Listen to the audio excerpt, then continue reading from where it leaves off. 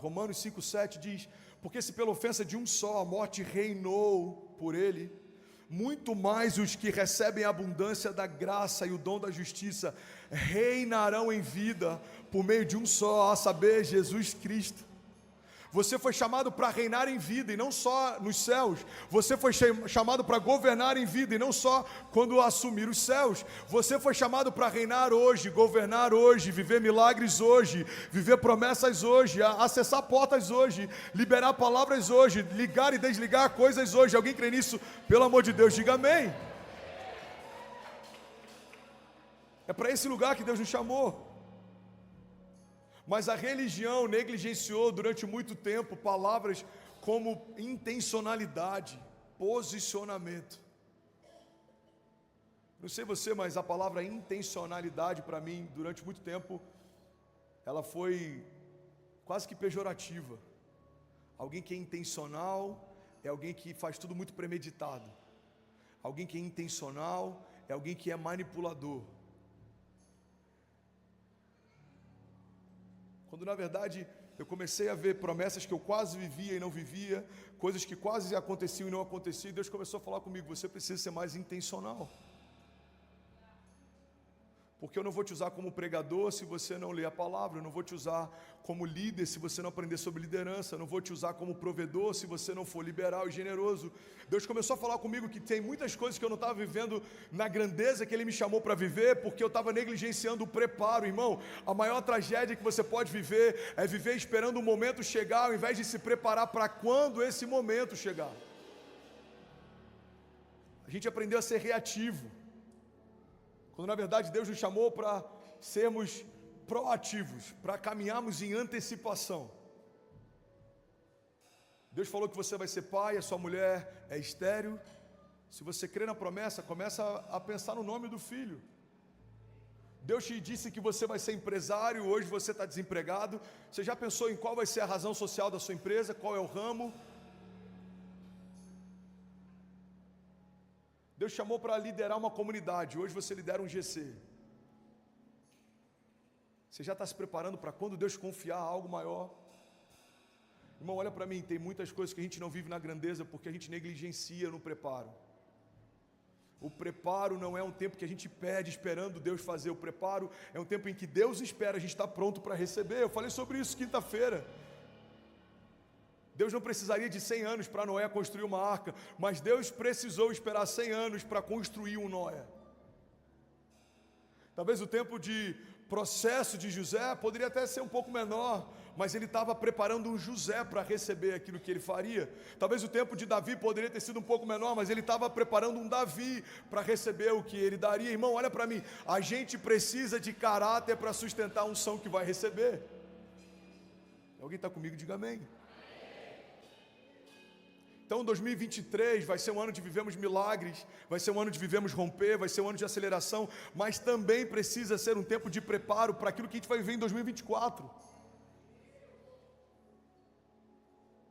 A gente não pode esperar que só um novo calendário, novas páginas em branco possam gerar novos milagres. Não, irmão, guarda isso. Há 10 anos atrás você imaginou viver coisas que você está vivendo hoje e parece que passou num piscar de olhos. Os próximos 10 anos estão esperando as palavras que você vai liberar hoje, o seu posicionamento hoje. O futuro está aguardando você desenhá-lo através de orações.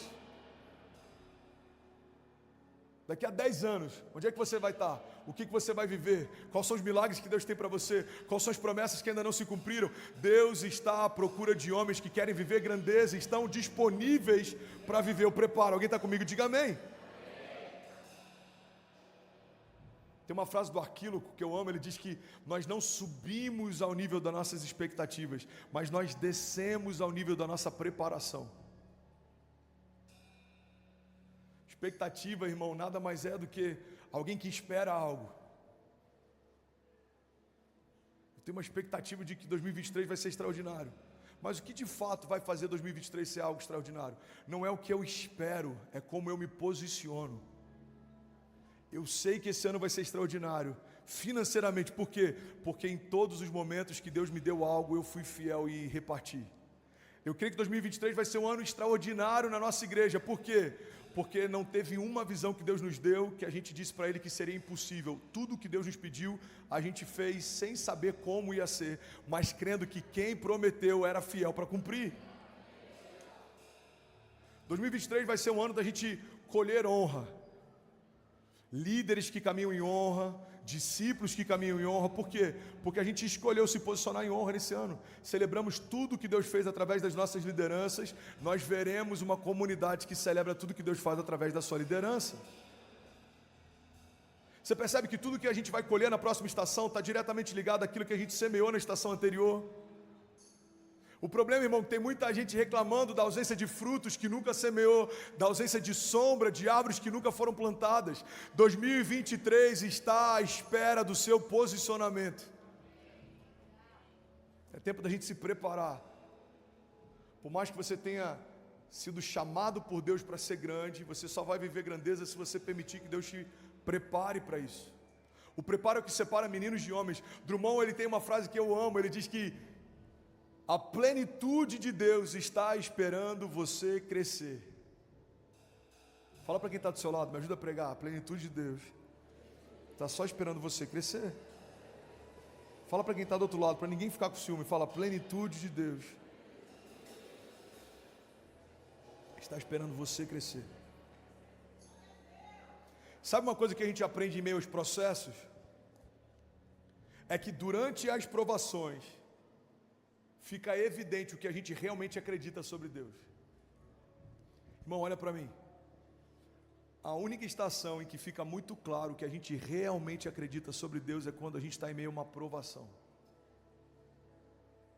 É no momento em que a figueira não floresce, é no momento em que não tem fruto no campo, é no momento em que as portas se fecham. É nesse momento em que fica muito claro as nossas reais motivações e o quanto a gente crê, o quanto a gente espera e o quanto a gente confia.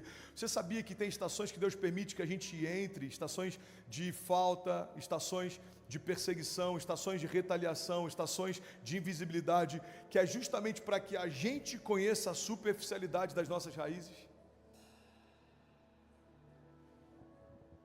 Irmão, olha para mim, quando Deus nos testa, não é que Ele precisa das respostas, Ele está dando para a gente a oportunidade de ver o quão raso a gente está, o quão fraco a gente está, o quão forte a gente está, o quão firmado a gente está. Tem estações que Deus permitiu que eu passasse, que eu olhei para mim mesmo e falei, uau, Deus, eu preciso te buscar mais, eu preciso correr mais, eu preciso mergulhar mais, eu preciso confiar mais, eu preciso descansar mais. Mas teve estações que Deus permitiu que eu entrasse, que eu olhei para a minha casa e falei, não, a gente está bem. Os nossos olhos continuam fixados no autor e consumador da nossa fé. Eu sei em quem eu espero, eu sei em quem eu confio, eu sei em quem eu tenho crido.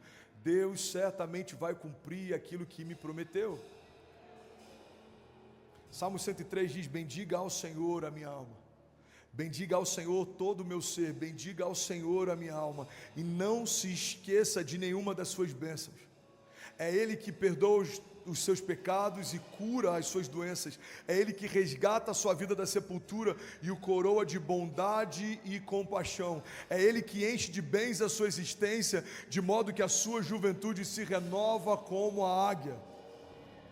Sabe, tem momentos no meio do nosso preparo, no meio das nossas dificuldades, desafios, perseguições, retaliações, que a gente tem que fazer exatamente como o salmista. Inclusive o salmista, em vários momentos, ele tem esse exercício de ministrar a sua própria alma, trazendo à memória aquilo que dá esperança. Irmão, durante o nosso preparo, a gente precisa estar muito apegado às palavras que a gente recebeu antes dessa estação começar. Tem palavras que Deus nos dá antes de uma crise, antes de um deserto, antes de um gigante. Para quê, André? Para quando o gigante chegar, a tempestade chegar, o gigante chegar, eu vou trazer à minha memória a palavra que Deus me deu antes da crise. Irmão, se o preparo não fosse importante, João Batista não teria sido enviado por Deus para preparar o caminho para Jesus. Olha para mim. Eu sei que falar de preparo é chato, é a mesma coisa que falar sobre dieta. A gente sabe que precisa, mas ninguém quer ouvir sobre. Se preparo não fosse importante, João Batista não teria sido enviado por Deus para preparar o caminho para Jesus. Deus pega um ventre estéril e gera a voz que clama no deserto.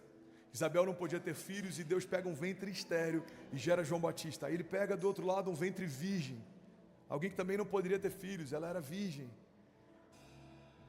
e gera nela o verbo vivo, o Messias. O que Jesus está deixando claro para a gente, o que Deus está deixando claro para a gente, é que Ele não depende de nenhuma circunstância natural para ser Deus. Ele pega um ventre estéril e gera a vida que vai preparar o caminho para alguém que está sendo gerado no ventre virgem. Ele não depende de circunstâncias, Ele é Deus, Ele faz o que Ele quer, quando Ele quer, do jeito que Ele quer.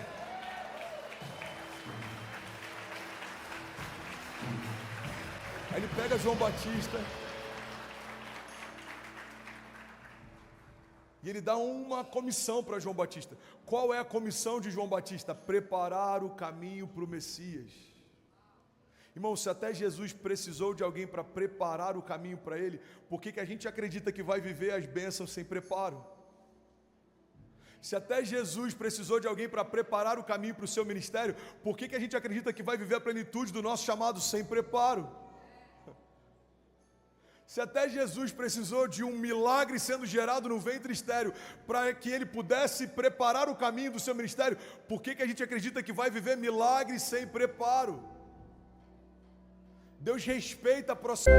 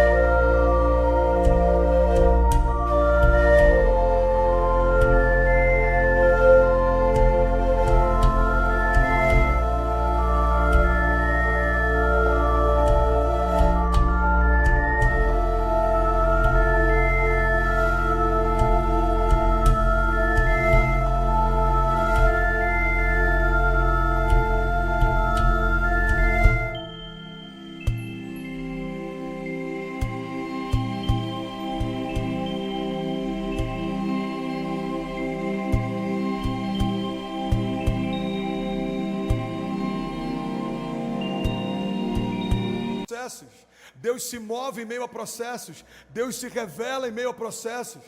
E aí, tudo bem? Você acabou agora de assistir um vídeo. Se você ainda não está inscrito, já se inscreve também no nosso canal, ativa esse sininho aqui embaixo de notificação e toda vez que eu fizer uma live ou estiver transmitindo uma mensagem ao vivo, você vai ser um dos primeiros a saber.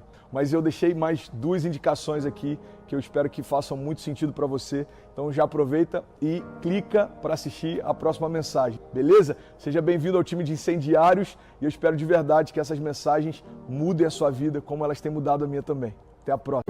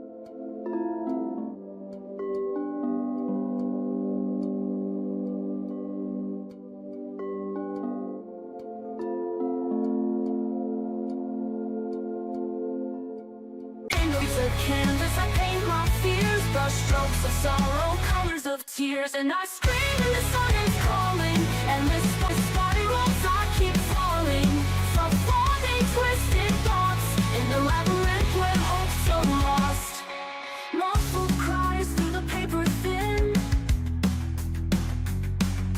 walls of secrets where lies begin, false promises laced in sickening sweetness, fragile shells hiding endless bleakness. The cold wind softens, the rain subsides, hope's embers flicker, no longer heights. Faded portraits all